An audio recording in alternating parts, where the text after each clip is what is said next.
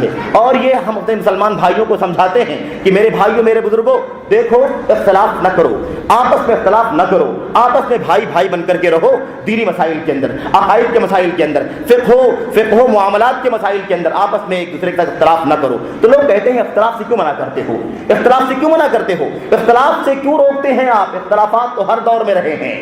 کتنا بڑا شبہ ہے، کیا کہتے ہیں وہ؟ اختلافات تو ہر دور میں رہے ہیں، اور اختلافات تو نبی کریم صلی اللہ علیہ وسلم کے زمانے میں بھی رہے ہیں، صحابہ کرام کے زمانے میں بھی رہے ہیں۔ صحابہ کرام میں بھی بہت سارے مسائل میں اختلافات تھے، حتیٰ کہ لوگ اس بات کو اتنا کامن کر دیتے ہیں کہ کہتے ہیں کہ مسائل تو مسائل ہیں، عقائد میں بھی صحابہ کرام کے اختلافات تھے۔ مسائل تو مسائل ہیں، عقیدے کے مسائل میں، ایمانیات کے مسائل میں، عبادات کے مسائل میں بھی صحابہ کرام کے اختلافات تھے۔ میں ایک اصولی بات آپ کے سامنے رکھنا چاہتا ہوں کہ اس چیز کو آپ یہ سمجھیں کہ دراصل یہ شیطان کا شوشہ ہے، شیطان کی طرف سے نکالا ہوا یہ شبہہ ہے، جس کی وجہ سے شیطان یہ چاہتا ہے کہ اس پوائنٹ کو اتنا بڑا بنایا جائے، اس پوائنٹ کو اتنا ہوا دی جائے کہ مسلمان ہمیشہ اختلافات میں رہے، اور یہ سوچیں کہ جب ہر دور میں اختلاف رہا ہے، صحابہ میں اختلاف رہا ہے، عقیدے کے مسئلے تک میں صحابہ کرام میں اختلاف رہا ہے، تو پھر اختلافات اگر ہوتے ہیں تو ہوں گے، ہو سکتے ہیں، اور ہونے دیا جائے، اس کے بارے میں کوئی زیادہ پریشان ہونے کی ضرورت نہیں ہے۔ اور بہرحال میں آپ کو کیا بتاؤں، ہم نے کہا پہلے ہی کہ اگر اس پوائنٹ کو سامنے نہیں رکھیں گے تو بہت ساری باتیں باہر کی کریں گے۔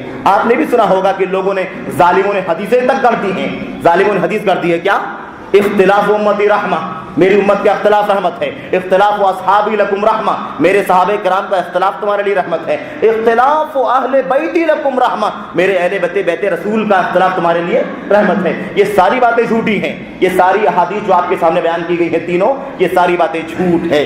نبی کریم صلی اللہ علیہ وسلم کے اوپر الزام ہے، آپ پر کھلی تہمت ہے۔ اللہ کے نبی نے کبھی بھی اختلافات کو ہوا دینا نہیں چاہا، اختلافات کی گنجائش نہیں رکھی، اور اگر اختلاف رحمت ہوتا تو اتحاد یہ لعنت ہوتا، اگر اختلاف رحمت ہوتا تو اتحاد کیا ہوتا؟ لعنت ہوتا۔ جیسا کہ علامہ ابن حزم رحمۃ اللہ علیہ نے اپنی کتاب کے اندر صاف کہا ہے کہ دنیا میں اس سے بڑا جھوٹ کچھ نہیں ہو سکتا۔